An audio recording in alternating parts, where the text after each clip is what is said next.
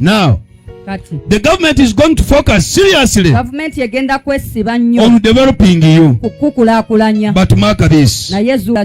As it is going to focus on developing you, it's going not to tolerate any nonsense. Hit for that is a fair game. It's going to be fair. Chine, atendo. They can't chogere abanvuma banvume.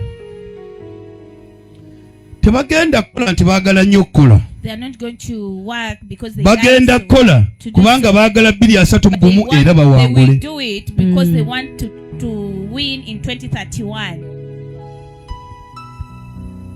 Kati tombuuza gwe watuuseeyo. So don't ask me when did you reach there.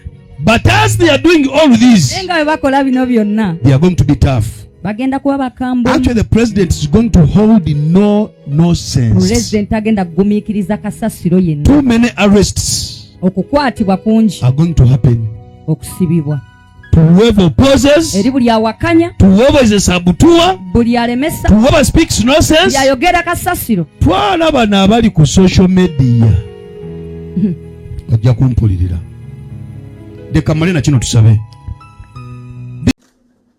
The Bududa woman member of parliament and ex-minister of state for Karamoja affairs, Agnes Nandutu, returned to the anti-corruption court well knowing she would be punished.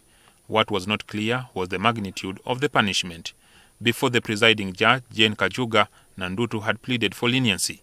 She told the court that she was a single mother and a breadwinner of 7 school-going children, plus taking care of her aging and ailing mother. I have been in and out of hospital while in court. I'm up to date. My health is not okay. I'm still in and out of hospital. Also, she issued an apology for having committed offense in pleading for a lenient sentence.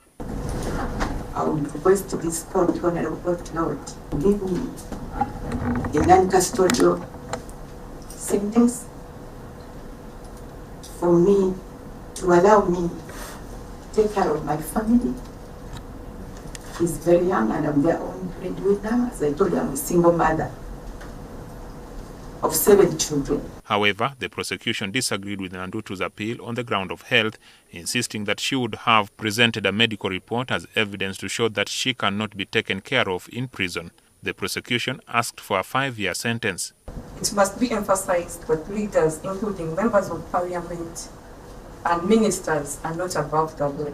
And where they engage in corrupt conduct, they must face consequences that reflect the seriousness of their action and the trust reposed in them by the public.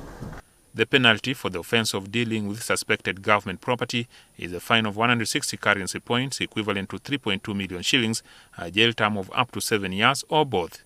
The prosecution successfully argued that the fine provided for by the law was too little to discipline corruption offenders, to the agreement of the trial judge. And comes to a paltry 3,200,000 shillings. By all standards, that amount is inadequate. And I, at this juncture, wish to state that it may be useful for the legislature to consider or reconsider the ranges of fines that are prescribed in the law for corruption offenses. Justice Jane Kajuga opted to sentence Nandutu to 4 years in prison. The missing iron sheets have been paid for and the convict is remorseful. Also the fact that there was a lack of premeditation. I therefore find that a sentence of 4 years imprisonment is suitable in the circumstances of this case. The trial judge held that Nandutu, as a high-ranking official, breached public trust. Both positions are among the highest in our country, both in the executive and legislative arms of government. These are positions that call for impeccable integrity and the highest levels of accountability and respect for the law and established procedures. The court also banned Nandutu from holding public office for a period of 10 years. Nandutu becomes the first person of a multitude of government officials who were mentioned to have received the diverted iron sheets that were meant for the vulnerable in Karamoja. The state minister for planning in the finance ministry, Amos Lugulobi, was acquitted of all the charges touching on the iron sheets. The majority of those adversely mentioned in the scandal were exonerated by the Office of the Director of Public Prosecutions, leaving Mary Goreti Kitutu, the then Senior Minister for Karamoja Affairs, as the only person whose case is pending disposal. Jackson Onyango, NTV.